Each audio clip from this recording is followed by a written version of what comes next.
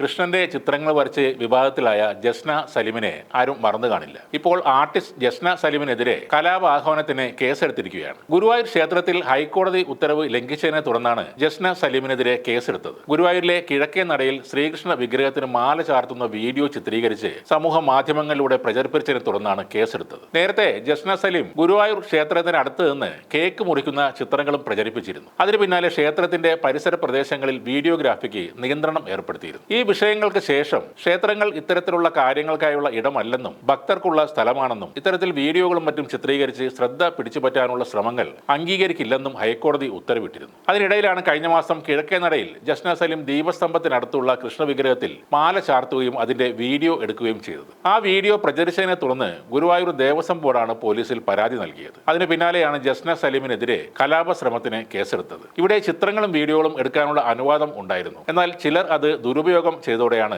ഹൈക്കോടതി ഇക്കാര്യങ്ങൾ നിയന്ത്രണം ഏർപ്പെടുത്തിയത്. ഇന്നലെ ഹിന്ദുക്കളുടെ വക്കീൽ എന്നറിയപ്പെടുന്ന കൃഷ്ണരാജ് ഈ വിഷയത്തിൽ പോസ്റ്റ് ഇട്ടിരുന്നു. ബാലാമണി താത്തയുടെ ഗുരുവായൂർ കേളി എന്നാണ് പുള്ളി ഇതിനെക്കുറിച്ച് വിശേഷിപ്പിക്കുന്നത്. നമ്മുടെ കൃഷ്ണഭക്ത ജസ്ന സലീമിന്റെ ഗുരുവായൂർ നടയിൽ കയറിയുള്ള കേളികൾ അരോചകമാകാൻ തുടങ്ങിയിട്ട് നാളുകളായി. കുറച്ചു കാലം കുറച്ചുപേരെ പറ്റിക്കാൻ സാധിക്കും, പക്ഷേ എല്ലാ കാലവും എല്ലാവരെയും പറ്റിക്കാൻ പറ്റില്ല. ഹൈക്കോടതി ഉത്തരവിന് പുല്ലുവില കൽപ്പിച്ചിട്ടാണ് ഇവർ കഴിഞ്ഞ ദിവസം നടപ്പന്തലിൽ കയറി ദീപസ്തംഭത്തിന് മുമ്പിലുള്ള ഭഗവാന്റെ വിഗ്രഹത്തിൽ കടലാസിന്റെ മാലയിട്ടത്. അതോടെ ഗുരുവായൂർ ദേവസ്വത്തിന്റെ പരാതിയിൽ ഗുരുവായൂർ പോലീസ് ജസ്ന സലിമിനെതിരെ ക്ഷേത്ര ആചാരങ്ങളുടെ ലംഘനം ഉൾപ്പെടെ ഗുരുതരമായ ജാമ്യമില്ലാ വകുപ്പുകൾ പ്രകാരം കേസെടുത്തു. ഇനി ഗുരുവായൂർ അമ്പലത്തിൽ നിങ്ങളുടെ അഭ്യാസങ്ങളുമായി വന്നാൽ നിയമത്തിന്റെ കളി അടുത്ത ലെവലിലേക്ക് നീങ്ങും. അത് ചിലപ്പോൾ നിങ്ങൾ താങ്ങിയെന്ന് വരില്ല എന്നും കൃഷ്ണൻ വക്കീൽ ആ പോസ്റ്റിൽ പറയുന്നുണ്ട്. എന്തായാലും കേസെടുത്തതോടെ വക്കീലിനെ അഭിനന്ദിക്കുകയാണ് സംഘബന്ധുക്കൾ. ഇപ്പോൾ മറ്റൊരു സംരംഭം കൂടെ കൃഷ്ണൻ വക്കീൽ ഏറ്റെടുത്തു എന്നാണ് പറയുന്നത്. ശബരിമലയിൽ ഇനി തട്ടിപ്പ് വാവർ ഉണ്ടാകില്ല, പകരം അയ്യപ്പസ്വാമിയുടെ ഭൂതഗണമായ വാപുരനാണ് ഇനി ഉണ്ടാവുക എന്നാണ് ഇദ്ദേഹം പറയുന്നത്. അതിനുള്ള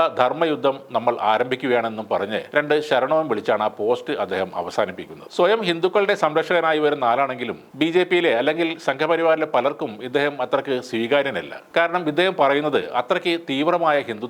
കഴിഞ്ഞ വിഷുവിന് ബിന്ദുമണി അടക്കമുള്ള സ്ത്രീകളെ അപമാനിച്ച് ഇദ്ദേഹം ഒരു പോസ്റ്റ് ഇട്ടിരുന്നു. അതിന് മറുപടിയും അവർ കൊടുത്തിരുന്നു. ഇദ്ദേഹത്തിന്റെ FB പേജിലൂടെ ഒന്ന് കണ്ണോടിച്ചാൽ അറിയാം ആ പോസ്റ്റുകളിൽ നിറയുന്ന ജാതിവെറിയും വൈരാഗ്യ ബുദ്ധിയും.